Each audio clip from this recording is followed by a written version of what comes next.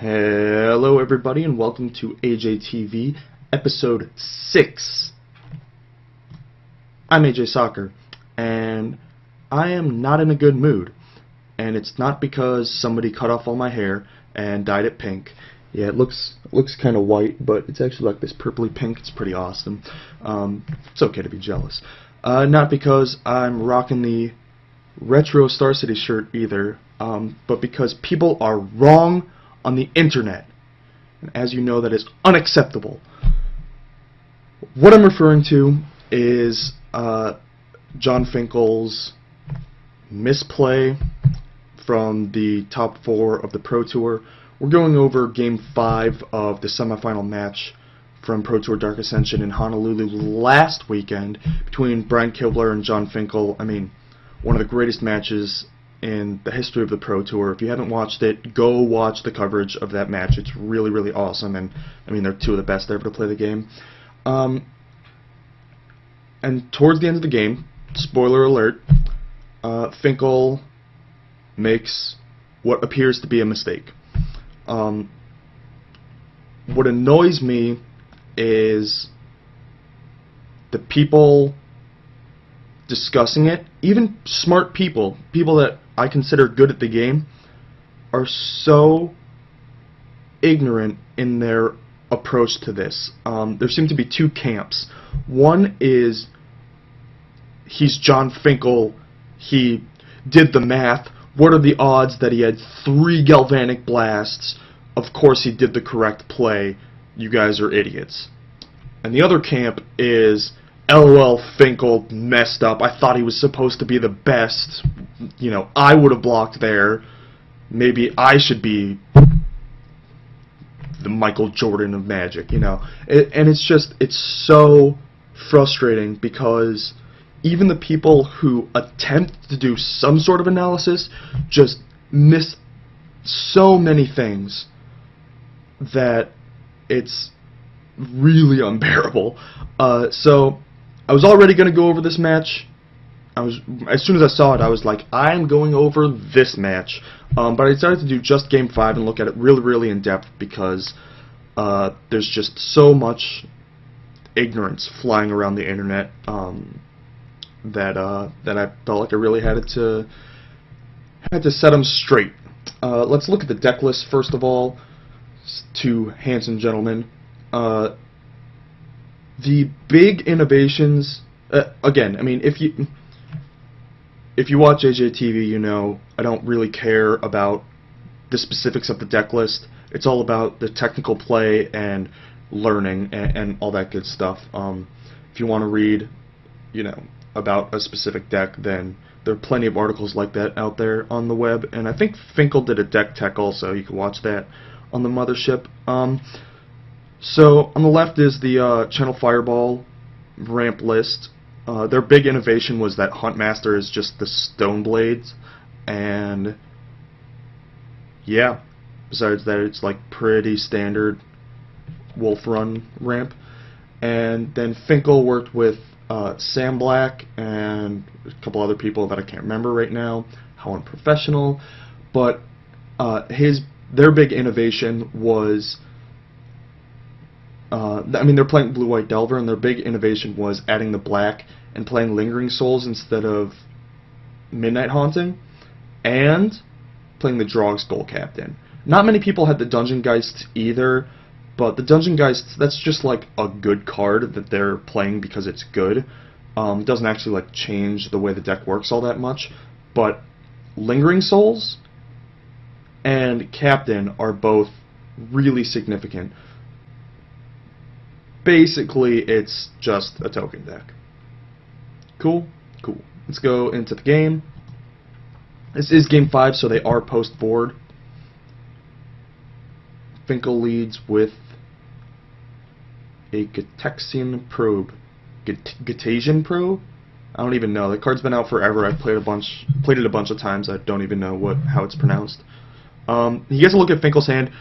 The only cards of note are Combust and Galvanic Blast. The rest of these cards are going to get cast. You don't have to worry about it. We're not even really analyzing the early game all that heavily because both these players are amazing, and they're their technical skill in the early game is, I mean, they just both play really well. So there's no real reason to super analyze it. I just want to show it to sort of, you know, the context of a play or of a game state is important to analyzing a play, and I want you to be able to see the whole game as I drink tea.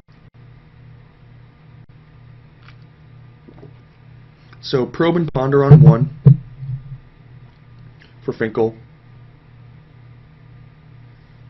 And Kibler just plays a land and passes. The early game, another reason that I'm not analyzing the early game super heavily is because not much happens.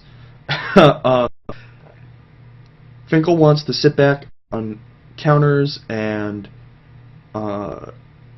he's got a decent number of lands. He just wants to make land drops, and Kibler's hand was not explosive enough that Finkel really felt under pressure to get on board. So he's using the Evolving Wilds to help filter with the Ponder. Oh, that's another thing that a lot of the people that have been, quote, analyzing this game have been spouting off about is, or this whole match, or this whole top 8, or Magic in general, is like, oh, X player just got lucky here, or X player just got lucky here, and the other side of that is like, yeah, but he put himself in that spot to get lucky, which without like context doesn't actually mean anything. That's just like a nice thing to say. None of that matters. To be honest, the only thing in this entire game that had anything to do with luck would be that Finkel gets choked on colored mana, non-blue colored mana, for a long time. At a couple points coming up, he'll have like multiple white spells, and it would be nice to be able to play them. Or he'll have like a Lingering Souls in the Yard without black right away. Or he won't have double white for, you know, a Moorland Haunt activation and a white spell or something like that. That's like the only unfortunate thing, besides that it's a really straightforward game where both decks are doing what they're supposed to do. His draw is not unbelievably fast, but it's not like he got horribly mana screwed or anything like that. He's still able to do things. He's just taking his time because Finkel's taking his time, and Kibler wants to, you know, get his mana out there so he can play around leaks and whatnot, and because he doesn't have ramp spells, so he wants to play his expensive spells. So last turn, you saw he didn't play his Huntmaster into an obvious leak, but now that he's got Autumn's Veil, he runs it out there on 5. Finkel leaks, and Kibler obliges him with the Autumn's Veil. Huntmaster is a card that's really cool, really interesting dynamic to the game, where now Jon is sort of pressured into playing a spell both on his turn and his opponent's turn. Or at least that's what you hope. Turns out that Finkel has his one Celestial Purge, but it's pretty funny. Kibler jokingly complained when Finkel drew his Purge again, because he cast it a couple other times post-board, right after Finkel just won a match off of, or won a game off of a very lucky top deck, or so it seemed, and also he drew his one Combust, which is like very important in this game. So it was pretty funny.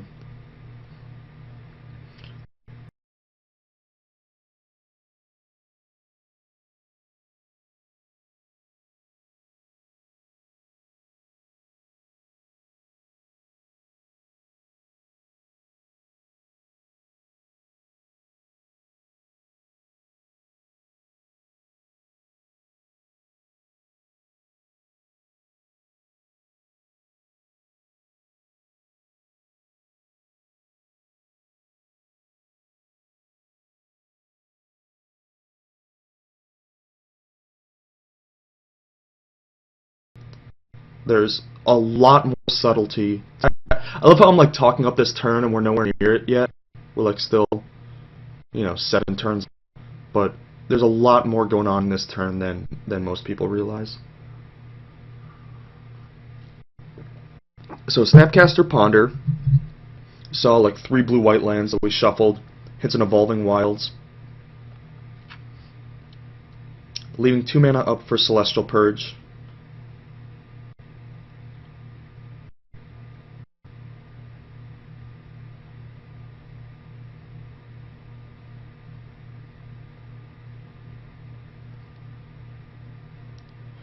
This is one of the interesting decisions of the game that Kibler makes here, which is he green suns for 5, or X is 4. I'm not sure how I feel about that. I don't have enough experience with the ramp deck. His other option is to just like play his rampant growth and try and get to a point where he can get a Titan or play around a second leak. I feel like if he's gonna try and play it for 4 and then if you're gonna get a Huntmaster anyway, then playing around leak isn't worth it. A second leak isn't worth it. But if it is possible that he goes for a Titan. Like, I'm pretty sure it's correct, but it was just something that struck me as interesting at the time, so I thought I'd mention it.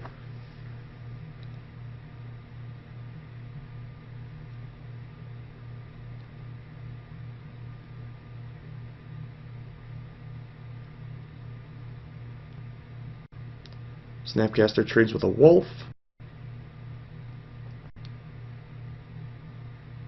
Kibler donning his tiger hat. He promised his stream while late night playing. I think he was playing Momer Basic. Might have been a little tipsy. He said that if he top 8'd, he would wear his little tiger hat scarf thingy. Sure enough, top 8'd. I guess he's a man of his word, but I really wanted to see him with the hood up, you know, rocking the furry look, but I guess I'll have to settle for the gaudy white tiger stripes. So, ends the purge, get a swamp. Ponder. Pro Moorland Haunt. He already has a Moorland Haunt. He's actually choked on white, so it's like not even good to have all Moorland Haunt, let alone 2. And probes don't really do him any good. All they do is cycle into that Moorland Haunt. So basically it's like having to pay mana / life to get a Moorland Haunt, or shuffle and get a new card. So pretty easy shuffle.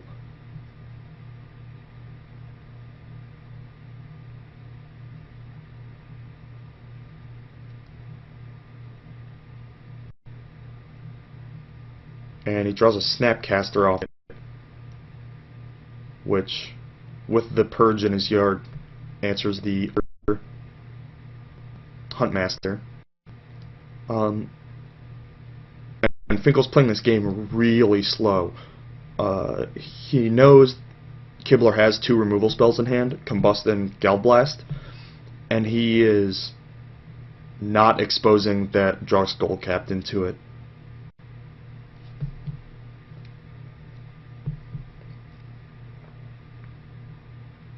No reason to just like let your best creature die for, you know, you might as well, if you can wait on it, then Kibler might have to like play a big spell and then he's tapped too low to cast it and you get an extra hit in or something. But if Kibler like has mana open anyway, there's just no point to jamming a captain into a removal spell you know about.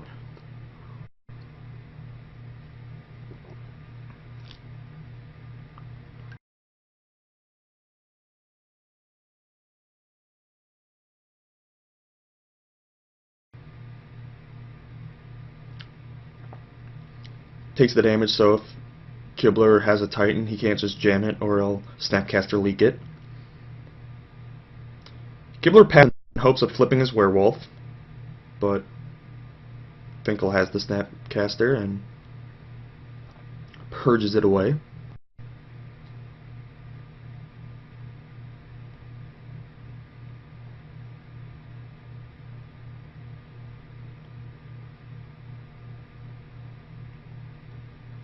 another ponder. And this one's really good. Negate, Snapcaster, and an extra land. I could do a whole episode on how he stats this, based on his potential reads and, you know, whether he wants to bluff, like the bluff potential of it, and so on. But honestly, he just gets Snapcaster first, and then Negate, and then the land. He is just playing it as safe as possible, which I really like.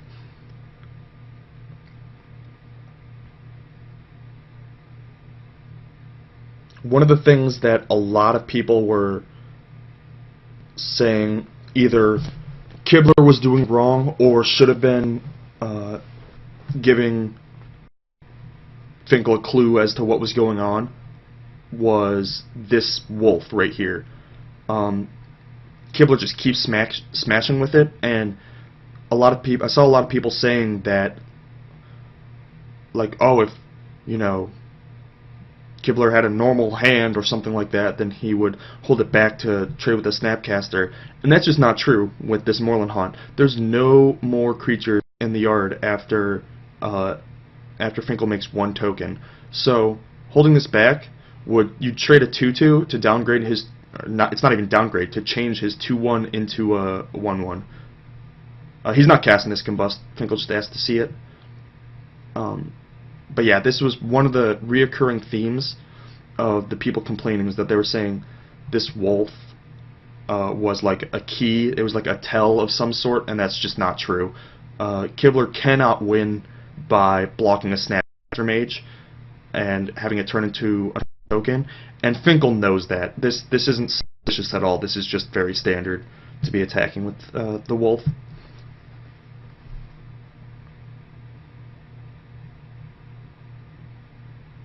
So he's got 3 tokens and the Snapcaster. And we're closing in on the key turn. Attacks Kibler down to 11.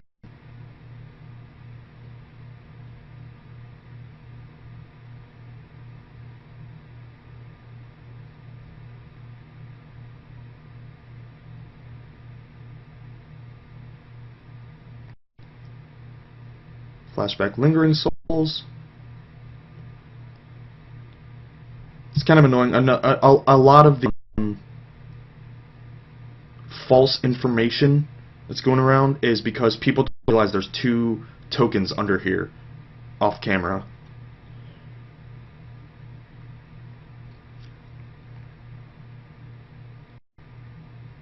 Or at least I like to pretend that's the root of the misinformation and not just like sheer ignorance, but c'est la vie.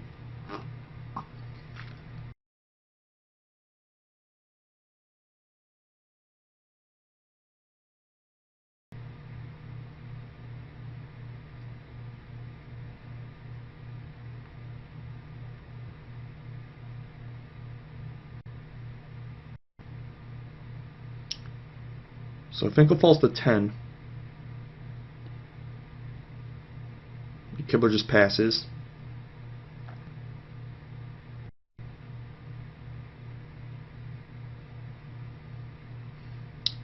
There's a land. Attacks for 7.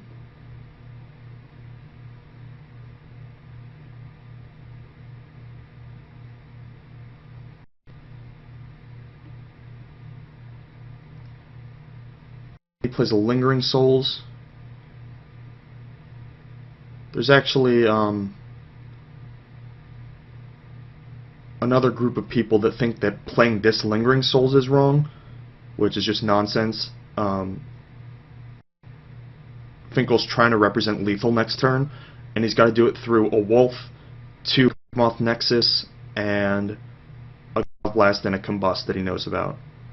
Also, speaking of angry tirades, and I promise this is not just because I'm sitting in my room alone making Magic videos on Valentine's Day. I promise.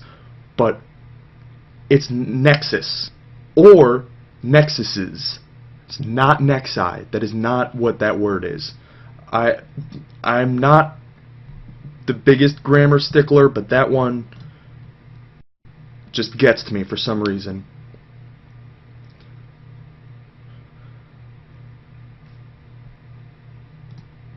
That is the key turn, or the key attack. Alright, so here's the game state, complete with Howlin' Wolf tokens and Whitney Houston spirits. And we're in Kibler's combat step. He's attacking us with a wolf. Now, what I'm going to try and illustrate here is that the people that are saying, oh, what are the odds for him to have exactly 3 Galvanic Blasts, are missing the point.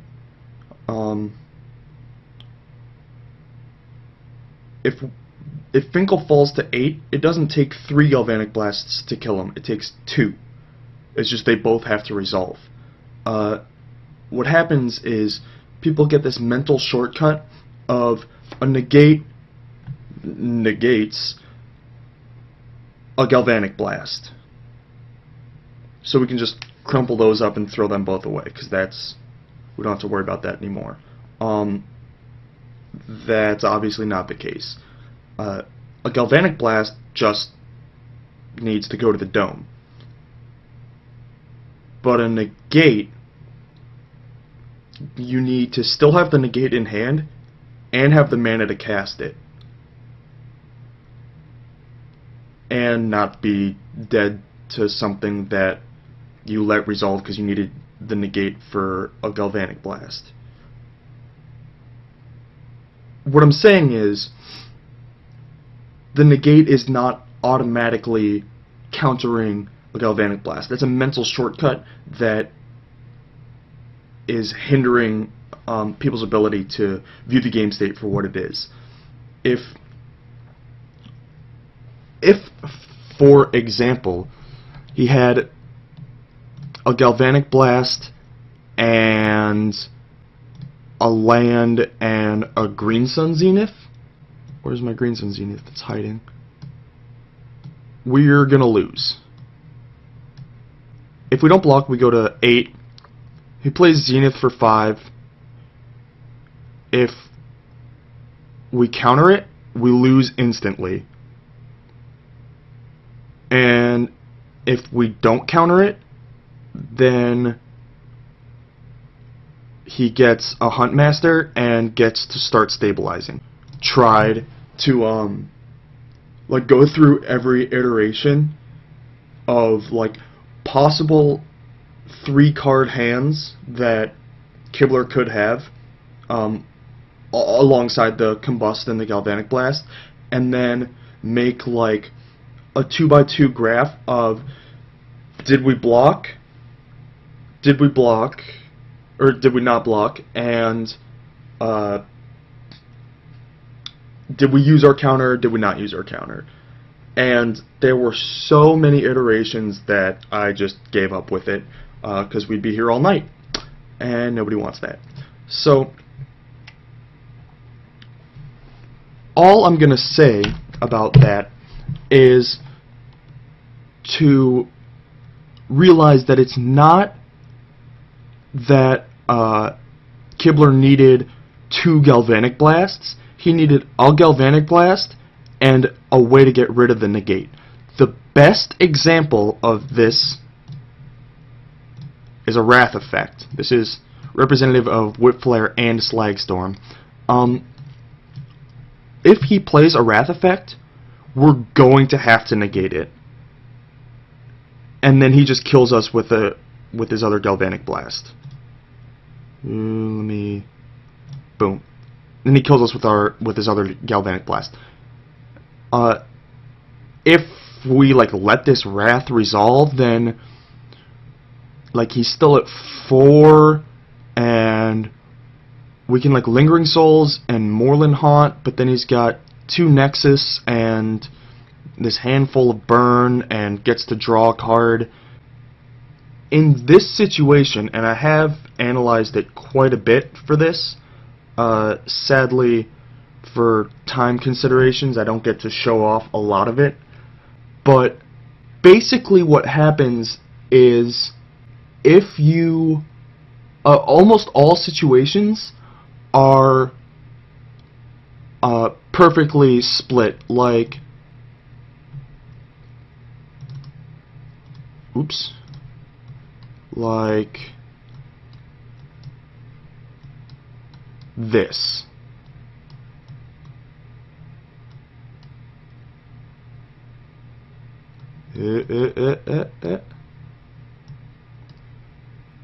Yeah, something like this, or vice versa. And what this means is that like any hand combination where this is the case, we can discard it immediately, because for the sake of that line, for the sake of that possibility, our line doesn't matter.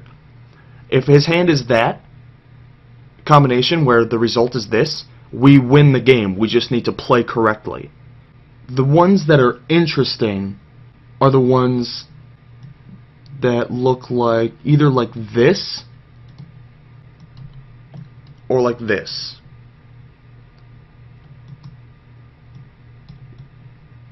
These are just examples, but the ones where one situation we win and another situation we don't, these are the important ones. These are the ones worth analyzing.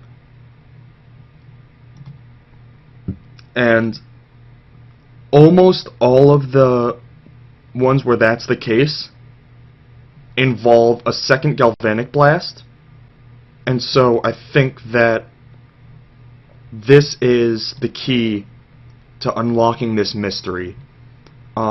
It's, to be honest, it's pretty likely that he has another galvanic blast at this point, and we lose very little by playing around it.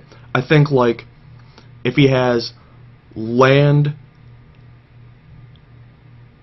Huntmaster, Bird, or something like that, like there's some weird combination of cards where if that happens, then we get him to 1, and he can potentially draw Wrath and stabilize.